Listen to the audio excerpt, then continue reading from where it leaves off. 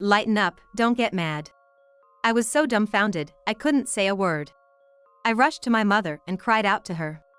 My mother then hugged my shoulder and quietly said, "Let's head home." At my mother's words, I weakly replied, "Yeah. My name is Mary Johnson. I work as an office employee.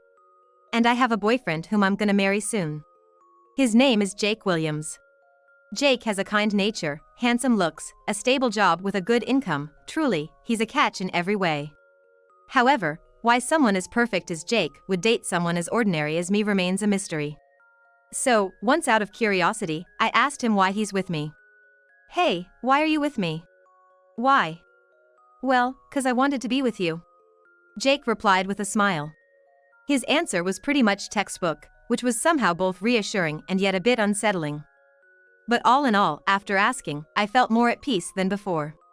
But for some reason, I had a nagging feeling inside. I chose to ignore that emotion. I loved Jake that much.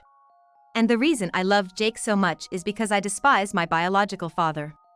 My father is the complete opposite of Jake, very cold-hearted. He never showed up for school events, and we've never spent Christmas together. He'd always prioritize his work over me, despite being his daughter. It's because he managed several companies. Thanks to my father working like a devil, my mother could be a stay-at-home mother and we never had financial difficulties. However, I hardly remember receiving much affection from him growing up.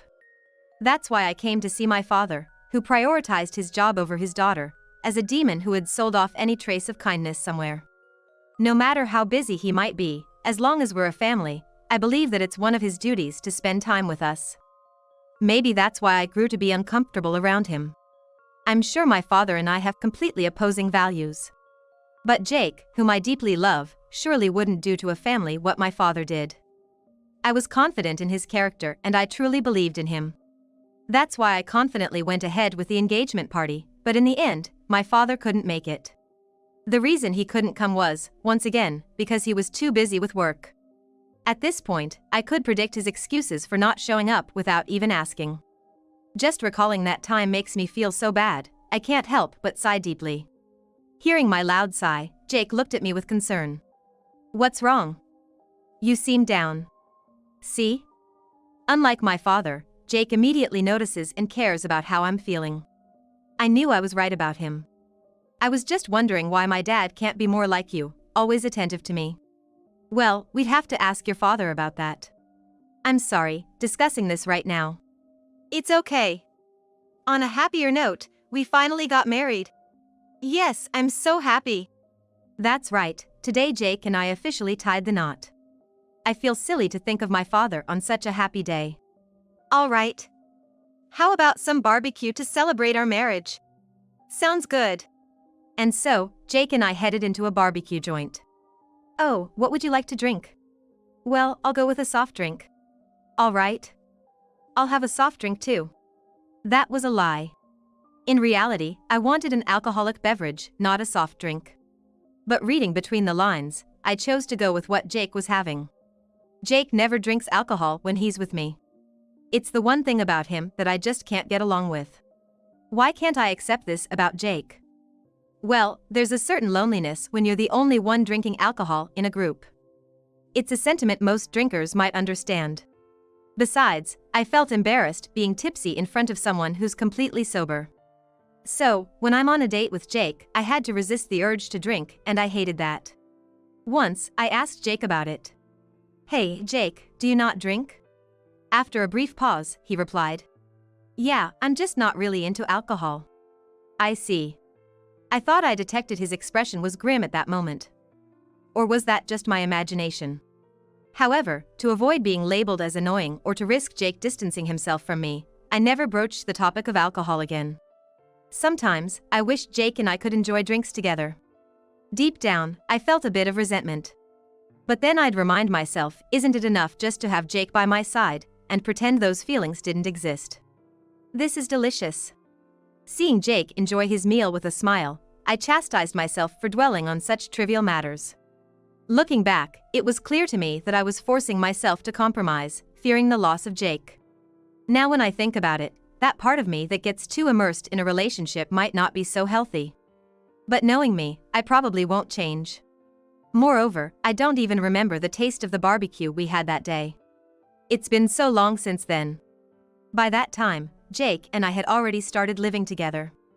I had imagined a sweet honeymoon phase awaiting me, but Jake was no prince. Surprisingly, ever since we began living together, Jake started behaving selfishly contrary to his previous kind attitude. To be specific, before we moved in together, he would almost always take me to places I wanted to go on our dates. But after moving in, Jake only wanted to go where he desired, making it a stark contrast from before. Maybe after our families met and we got officially registered, Jake felt he had secured me. That's probably why his selfish behaviors increased. But I thought, maybe Jake had been compromising for my sake all this while. So, I pretended to enjoy our dates despite feeling the opposite. Perhaps because I kept overlooking such things, Jake began leaving his clothes on the floor at home, not bothering to put them in the laundry. When I reflect on those times, I realize I couldn't confront Jake because I loved him so much. From my past experiences, I believed if I angered a man, he would drift away, so I never expressed my displeasure. Also, we were planning our wedding soon, and I didn't want any fights. But sometimes, I regret not confronting Jake before our wedding, thinking I could have understood his true nature. Thinking about it now doesn't change the past. In the end, I turned a blind eye to Jake's selfishness as our wedding day approached. On the day of our wedding, friends from both sides gathered at the venue, celebrating our marriage joyously. Of course, Jake's parents were present, and so was my mother. But as expected, my father didn't show. Instead of sighing about the usual reality, I decided to devote the role of a cheerful bride. Voices of friends showering me with congratulations like Mary. Congrats, and you look beautiful. Today is a day where Jake and I are the stars, so let's make the most of it. With that thought, I took a big gulp from my glass of white wine. The guys cheered, saying, "Look at the bride go." Cheers. They seemed to be getting tipsy too. I can handle my liquor pretty well, but I wondered if they could. As I was concerned about the others, a man approached Jake. He seemed to be a friend from Jake's hometown, a few years older than him, and he had an intimidating look. "Jake. Come on, have a drink. You're being out drunk by the bride." The friend pressed Jake assertively. But. Jake was taken aback by the friend's unreasonable demand, but he glared at Jake menacingly. "Hey. What's the matter? If you won't drink, I'll spill the beans on some of your old misdeeds to your bride. You wouldn't want that, would ya? Alright, I got it."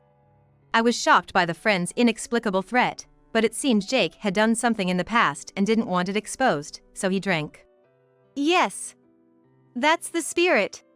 But what happened next was a nightmare. Suddenly, Jake started laughing, stood up, and shockingly, smashed the wedding cake right into my face. My vision was immediately obstructed. "Hey! Jake!" I was panicking, but nearby I could hear his friends laughing, saying, "Man, that's hilarious. It's unbelievable to think they found joy in throwing cake in someone's face." I wondered if this sense of humor was typical of roughnecks. Could it be that Jake was friends with such a senior? Maybe Jake used to be a troublemaker too? "Jake, what are you thinking? This is too much." But, perhaps because he was drunk, Jake responded with, "We're all having fun, don't get mad." I was just speechless. I rushed over to my mother, tears streaming down my face. My mother held me and softly said, "Let's go home." I nodded weakly. Yeah. I was utterly drained, and so was my mother. At that moment, Jake's parents approached us, their faces turning pale. "We're so sorry, our Jake has. We are truly sorry. We never knew he had such a bad side when he drinks." It seemed Jake's parents were also at a loss about the situation. "It's all right, it's Jake's fault and not yours, anyway," my mother said with a kind voice, but her furrowed brow told another story. I'd always seen my mother as a gentle person, so seeing her like this was new to me. As my mother and I were about to leave the venue, someone suddenly swung open the door with great force. Unbelievably, that man was my father. I hadn't seen him in a long time, and he still had that cool, reserved air about him. However, he quickly noticed something was amiss at the venue. "What's going on here? It seems things got rowdy while I was away." "What happened, Mom?" "Well, Jake, Mary's husband, started acting strange after having a drink and threw cake all over Mary's face. He always seemed so calm and polite before. I don't know what to do now. I see. So the well-mannered groom turned bizarre after some booze. That explains the whipped cream all over Mary's face. Yes, that's what happened. My father acted quickly after understanding the situation. Hey, Dad, what are you? To my shock, my father dashed towards a drunken Jake. All eyes in the room immediately shifted to him. He was dressed in an expensive-looking suit with neatly styled hair. Though he was an older man, he was lean and moved with grace. Who's that guy? Isn't he just a regular guest? Yeah, but I feel like I've seen him somewhere before. Many in the venue mistakenly thought he was Jake's father. As my father approached Jake, he demanded, What's the meaning of this? Then, while still drunk, Jake said something like this to my father. Who the hell are you? Introduce yourself before questioning others, old man. The room buzzed with chatter again. Wait, isn't that guy Jake's dad? Seriously, then who is he? I don't know, but he sure seems stern. Really, after drinking, Jake picks a fight with such a guy? Is he okay? Without letting the murmurs distract him, my father declared. My name is Johnson. Mary's. I mean, the bride's father. The moment he introduced himself, Jake's face went pale, and the room erupted into even more chaos. What? The bride's dad? That's super harsh. What was Jake thinking? With the bride having left and all, looks like her dad's pretty mad, right? Yeah, seriously, this is one heck of a scene. Despite the commotion, Jake's inebriation showed no signs of wearing off, and he brazenly said to my father, You're Mary's dad, huh? Oh, sorry. I mean, it's hard to remember faces from the engagement party who didn't attend. So, my bad. Jake had just picked a fight with my father. But my father, unshaken, retorted, I leave the household matters to my wife. By the way, I'm a businessman and run these 3 companies. My father handed Jake 3 business cards. Jake's eyes went wide as he read them. What? Cows Corporation, Sweet Corporation, and Electric Incorporated? Wait, you run all these companies? Jake's dumbfounded voice echoed throughout the hall. And the crowd in the venue started buzzing again. Did you hear that? All those are publicly traded companies. Man, that older guy knows his stuff. You can't always judge a book by its cover. And here Jake was, being rude to such an influential man. How embarrassing. Hearing the crowd's reactions, Jake realized the gravity of his mistake, looking visibly embarrassed. It seemed the commotion sobered him up. Just as Jake was about to say sorry to my father, an unexpected figure approached. It was none other than that Jake's friend from his hometown. Hey Jake, with the way things are going, this wedding's not continuing. The friend smirked maliciously. Dude. Jake's expression darkened. Why bother holding back any longer? After just a bit of booze, you went off the rails. In the end, you can't escape who you truly are. The friend's expression grew more and more sinister. While it was clear that the friend and Jake were having a conversation, my father seemed to not quite grasp the main point of their discussion. So my father posed several questions to the two. Hey, what have you guys been talking about? And who exactly are you to Jake? Oh, sorry about that. I'm an old acquaintance of Jake's from our hometown. Well, more like his big bro, you know? Looks like you're curious about me too, Mr. Johnson. Should Jake tell ya, or should I spill the beans? Anything but that. I'm sorry, Mr. Johnson. The truth is, I used to be quite the troublemaker. But then, when it came time to fit into society, I pretended to be this good guy. My true nature isn't that of a good guy, but more like a rebel. It's getting hard for me to suppress this urge. And this guy, he cheated. Called it a little fling before getting married. People can't escape their true nature, right, Jake? When the friend mentioned that Jake had been cheating, the crowd once again began to murmur and buzz. What the? Jake cheated, for real? No way! The good guy Jake. Well, it's often the unexpected ones. Jake might have actually cheated. Exactly. I remember hearing he was a wild one in his student days. This adds up. As whispers grew louder and the crowd became more suspicious, my father questioned Jake. Is it true that you cheated? My father's voice was calm and serene, yet unmistakably that of my father. There was no doubt in my mind that he was truly my father, and I felt the weight of the situation deeply. But the very next moment, Jake, as if he had turned into a completely different person, blurted out like this. Yeah, it's true. Being with a woman like that, it's exhausting. What's the big deal if I took a little break and cheated? Jake's face twisted into a devilish grin, his gaze piercing through my father. Jake seemed a completely different person. Even my father seemed overwhelmed by the drastic change in Jake and the evil aura surrounding him. Jake, you're joking, right? Needless to say, witnessing this unfamiliar side of Jake and feeling the palpable tension, my heart felt like it was about to shatter. Yet, in my heart, I still had love for Jake, which somehow kept me holding up. There was no way this could be true. I hoped and prayed it was a lie. I rushed to Jake's side, who had completely changed.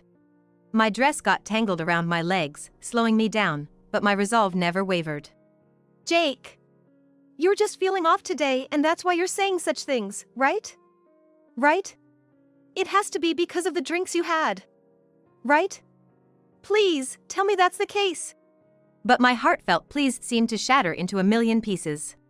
What? Just because you're the star today doesn't mean you get to play the tragic heroine. It was clear to me that you never really saw the real me. That's why I couldn't show my true self. But I did love you, that's undeniable. But sometimes, to keep happiness, one needs a break. If you want to walk this life with me, you can't freak out over a little fling here and there. But I bet you'd say that's asking too much.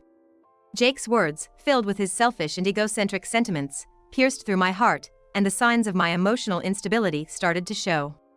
Had Jake not said such cruel things, tears wouldn't have streamed down my face. Achilles, the invincible warrior from Greek mythology, would never be hurt if he was attacked anywhere except his ankles, but speaking of me, I couldn't stand Jake's just single blow at all and I crouched down on the floor. The feeling was like being thrown into the abyss. But there was a knight who came to my rescue. It was my father. You think it's your prerogative to cheat? You're not a man, you're a demon. Don't you dare touch my daughter ever again with that devilish humanity. This is an order from Mary's father. Got it? With a voice filled with fierce determination, my father vehemently rebuked Jake. His strong spirit was undoubtedly to protect his daughter, me. He must have been fighting as a knight in the business world for a long time.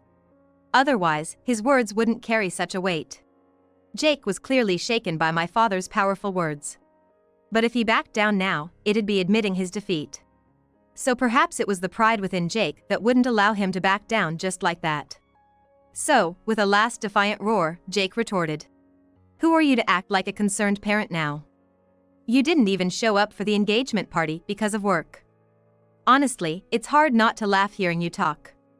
It's clear you weren't there for Mary. Indeed, my father always had been such. In my family's dynamics, objectively and physically, when my father wasn't around, my mother was always there, constantly watching over me. However, I felt that, despite being engrossed in my father's work, my father always kept me in a special corner of his mind. If that wasn't the case, my father wouldn't have gone to such lengths to raise and support me.